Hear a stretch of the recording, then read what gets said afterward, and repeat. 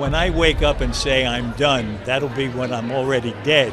So I don't know how much I'm going to say at that point. MASH wasn't just a groundbreaking show, it was a cultural phenomenon. But behind the iconic laughs and emotional moments was a set filled with tension, secrets, and shocking behind-the-scenes drama. I keep telling you, we gotta give up this preoccupation with keeping people alive or we'll never get out of here. After decades of silence, Alda is finally revealing the truth, and what he's sharing now changes everything we thought we knew about MASH.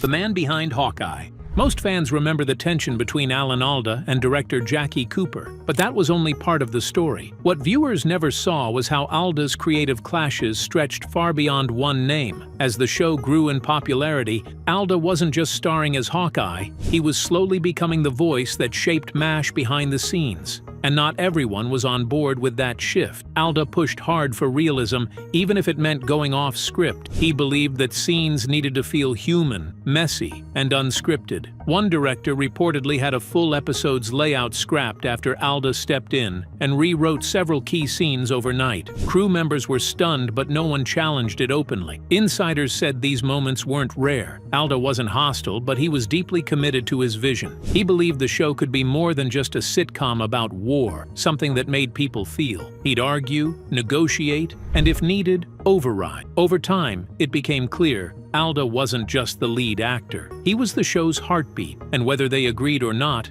everyone else had to follow that rhythm. But influence like that didn't come without cost. Quiet resentment started to build. Some directors felt like they were just there to point the camera while Alda pulled the strings. A few crew members later admitted it was clear who really ran the set, especially in later seasons. Still, the show's quality never dropped. But behind the awards and praise, the creative control battle was heating up. And while Alda may have won that fight, the next challenge would come from someone much closer, his own co-star. As MASH soared in ratings, Alda's grip on the show tightened. He wasn't just starring in episodes, he was writing and directing them. By the 5th season, Alda had become the unofficial creative leader. Some even said the network began rooting key decisions through him. None of this was personal, at least not on the surface. Alda wasn't known for yelling people, but his high standards and quiet authority created a pressure few could ignore. The atmosphere stayed professional, but tension was building under the surface. And it wasn't long before one of the cast members who joined in the middle of the series, Mike Farrell, began to push back. And what happened next showed just how delicate that creative balance had become. When Mike Farrell joined the cast in season 4, he brought a fresh energy to the show. His character, BJ Honeycutt, was thoughtful, sharp, and quickly became a fan favorite. On screen, he and Alda had incredible chemistry, but off-screen, things weren't always as smooth as they looked. At first, their working relationship was built on mutual respect. Both were dedicated, serious about the show, and driven to make every scene count. But as time went on, their creative styles began to clash, and it started showing. Farrell approached his role with emotional precision. Alda, on the other hand, leaned into improvisation. That difference worked on screen, but behind the camera, it caused real friction. Then came the moment that truly shook things. Farrell had pitched a storyline focused heavily on BJ, a rare chance to lead an emotional arc that explored his guilt and loss. But just days before filming, it was dropped. The fallout was immediate. Farrell was furious, not because he wanted more lines, but because he believed in the story. He reportedly confronted Alda behind closed doors. And while Farrell wasn't the only one who felt Alda's influence up close, he was the first to challenge it directly. But soon, another cast member would make a choice that stunned fans and sparked rumors that are still whispered about today. Moments that changed everything. Gary Berghoff's departure from MASH caught everyone off guard. His character, Radar O'Reilly, was beloved by fans. Sweet, innocent, and strangely wise, Radar was the heart of the unit, so when he suddenly left during season 8, viewers were stunned. Officially, Berghoff said he was burned out due to emotional strain, but people close to the show have hinted for years that the full story was more complicated. By the time Berghoff left, Alda had taken on a powerful role behind the scenes. Some crew members claimed that Radar's screen time had been slowly cut back over several seasons. Emotional episodes centered around Radar were rare by the end. What made things worse was that Radar had always been a central piece of the show's identity. But as Alda steered the series, the youthful charm of Radar didn't seem to fit anymore. Behind the scenes, Berghoff reportedly tried to pitch ideas to keep Radar evolving, exploring trauma, loss, or maturity. But those pitches didn't go far. People began to speculate that Alda, who was focused on elevating the show's tone,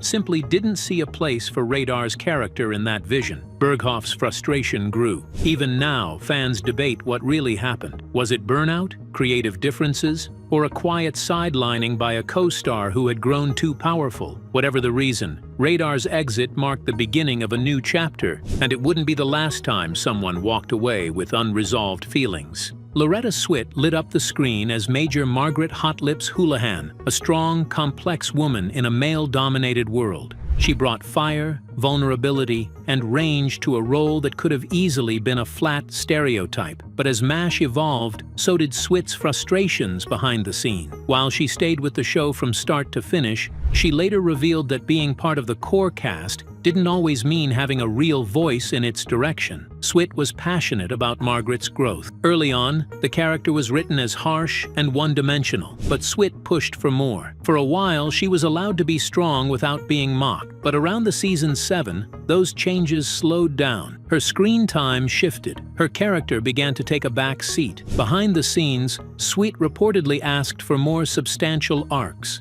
She wanted Margaret to be shown in leadership, to have stories that didn't always revolve around romance or breakdowns. It wasn't just about lines or camera time. Swit felt her input wasn't being taken seriously, even after years on the show. And while she never walked away like some others did, her experience was a quiet reminder that not every cast member felt equally seen, even in a show that prided itself on character depth. But if Swit felt pushed to the side, the next actor made a far more dramatic choice, leaving the show and never fully looking back. Larry Linville played Major Frank Burns like no one else could, uptight, insecure, and easy to hate. But off-camera, Linville was nothing like his character. He was thoughtful, soft-spoken, and deeply committed to his craft. For 5 seasons, he leaned fully into the role of the antagonist. He knew Frank was supposed to be disliked, and he made peace with that. What he didn't expect was how playing the most hated character on the show would begin to wear on him. By the time season 5 rolled around,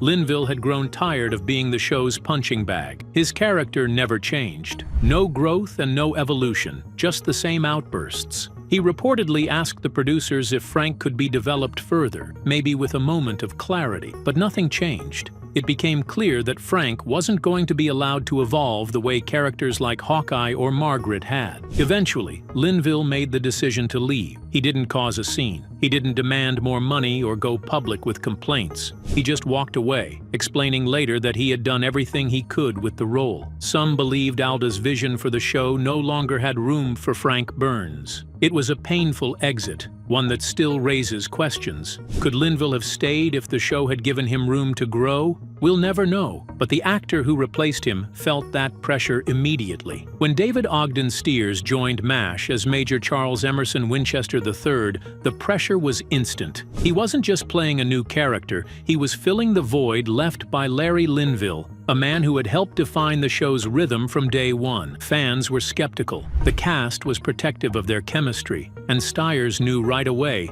that walking into this already tight circle would be an uphill battle. Winchester was written to be the opposite of Frank Byrne, intelligent, arrogant, but layered. He was still a foil to Hawkeye and BJ, but one with depth and dignity. That kind of complexity required trust, something that took time to earn on a set where bonds had been built over years. What he didn't say publicly was that he felt like an outsider for a long time. The original cast had inside jokes, shared memories, and a creative shorthand. Stiers later admitted in an interview that he felt pressure not just from the audience, but from the energy on set. And while Alan Alda welcomed him professionally, there wasn't an immediate bond. For the first few months, their off-camera relationship was distant, but the road there hadn't been easy. Behind the seamless banter and polished episodes was a man who had nearly walked away after his first few weeks. Feeling isolated, overwhelmed, and unsure if he belonged, he stayed and became one of the show's most beloved characters. And as the cast began inching toward the final season, those tensions would come to a head in one emotional farewell that broke records and hearts. The farewell that still echoes. The final episode of MASH, titled Goodbye, Farewell, and Amen, aired on February 28, 1983, and shattered television history. Over 100 million people tuned in, but while the audience saw a beautiful farewell, what happened behind the scenes was far more complicated. Alda co-wrote and directed the episode. It was the ultimate symbol of how much creative power he had claimed. But even as he poured himself into that final script, some cast members were quietly carrying heavy feelings. A few weren't speaking by the time cameras rolled. Old disagreements, bruised egos, and unresolved creative conflicts hung in the air. One crew member later said you could feel it on set, that strange mix of pride, sadness, and unfinished business. During filming, emotions ran high. Jaime Farr, who played Klinger, reportedly broke down during one of his final scenes. He couldn't get through the lines. For him, it wasn't acting anymore. It was goodbye to a second family. Loretta Sweet said the atmosphere felt surreal, like everyone was trying to pretend it wasn't the end. Even as they packed up their dressing rooms, people hugged tighter. Some avoided eye contact, and others left the set as soon as their final shot was done. Despite the tears and tension, the finale remains one of television's most iconic moments. It gave viewers closure, but for the people who made it, it left a space that never fully healed. Some cast members never worked together again. Others barely stayed in touch. For 11 years, they had been a family on screen, but when the lights went down on that final day, it wasn't just the end of a show, it was the quiet unraveling of something far deeper. But MASH wasn't done leaving its mark. As the credits rolled, Alda's legacy was cemented, yet even that came with questions. Had the show's brilliance come at a cost too high? MASH became more than a hit show, it was a cultural landmark. For over a decade, it blended comedy and tragedy in a way that reshaped television, and at the center of that transformation was Alda. His writing, directing, and performance helped steer MASH into something far more powerful than anyone expected. But that transformation didn't come without fallout. Cast departures, creative disputes, and behind-the-scenes tensions were all part of the show's real story. Alda's vision brought depth and heart,